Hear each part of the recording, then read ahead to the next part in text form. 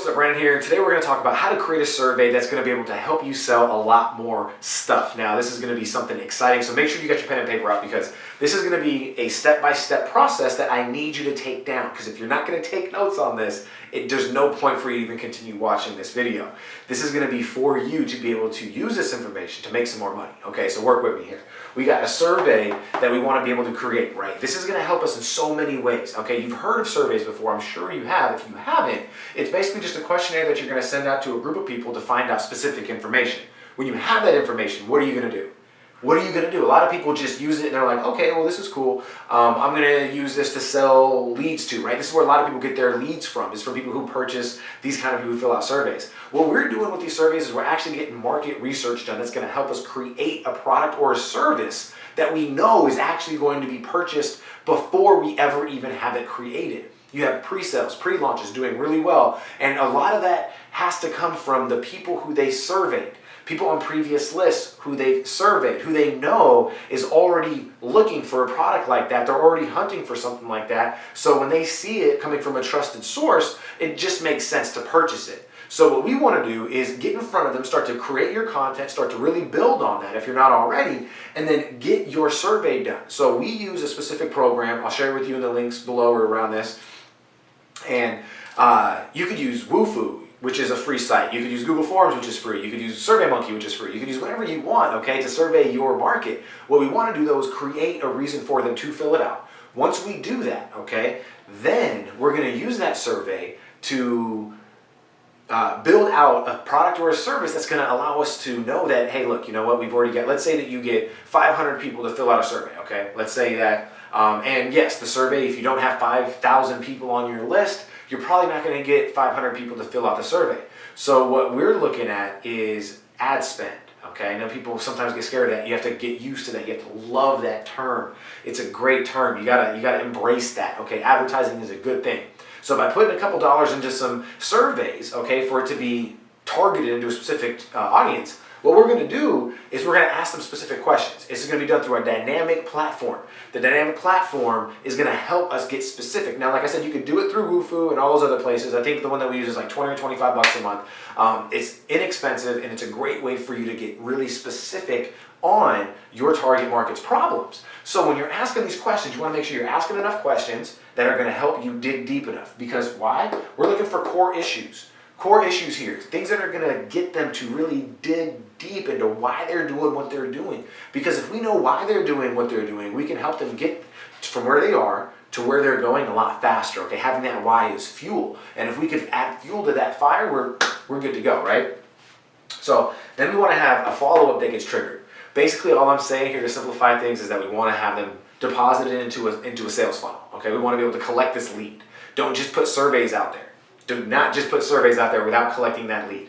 That'd be almost sacrilegious. You just better not ever do that, okay? Then what happens is the sales funnel is going to trigger out certain events based on where they're at inside their business and what they're looking for. You could really make some cool things out of this dynamic survey. So the next thing is the second part is the idea. So we've gone through the question, okay? So the question is basically you asking questions through a dynamic survey, getting to the core issues, and then getting them into a follow-up sequence. The next step, okay, is going to be through the idea, which we call analyze, create, and test. Analyze, create, and test. Analyze, create, and test. That's going to help us. Okay, analyze, create, and test. We want to analyze the results that the survey gave us, the data. We want to create a product or service around that. And then we want to test it with a group of friends or with beta testers, right? Before we actually launch to the market to make sure that our ideas, that our processes, that everything that we're launching is going to make sense. So whether you're launching a business or even a service, like an online consulting business, okay? No matter what you're doing, you want to be able to test the idea with other people or be able to get with somebody to say, okay, this is, sounds like you would be unique if you did this. Get some ideas on how you can stand out and really, really test the idea. And if you're doing a product, have people test it. Have people actually go through it. Give it away for free to the first 10 people, right? Do something that's going to allow you to get honest feedback. So after you get through the analyze, create, test, next part and final part is going to be the finish. This is where we close the deal, okay? This is where we close the deal. This is the fun part. This is where, actually the creation is also the fun part, but this is the distribution. So what we're looking for is to distribute, follow up, tweak, and repeat. So first thing, distribute. When we go through the distribute part, what we're talking about here is actually distributing on all social media channels, distributing on your website, on any paid advertising source. We're talking about getting it everywhere. We want you to be everywhere. There's automated services that could do this for you to make it easy. There's outsourcing services that could do it for you to make it easy if you're not using them already. But there's ways for you not to have to actually do it yourself.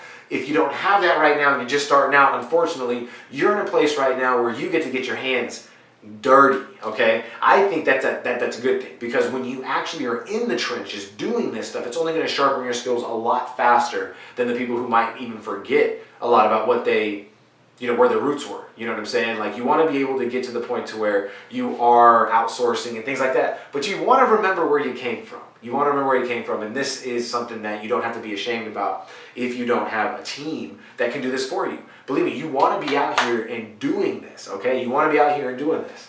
So, but by that I mean distributing. You want to be doing the social engagement. You want to be out there hustling every single day if you don't have the ad spend behind what you're doing, or just in conjunction with, because it'll just double your power.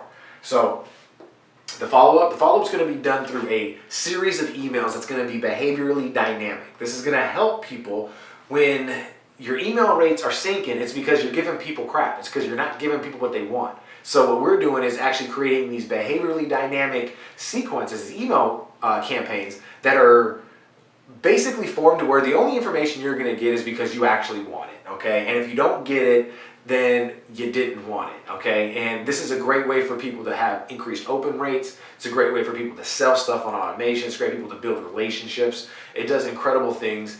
And if it's not behaviorally dynamic, you're just going to be like everybody else out there.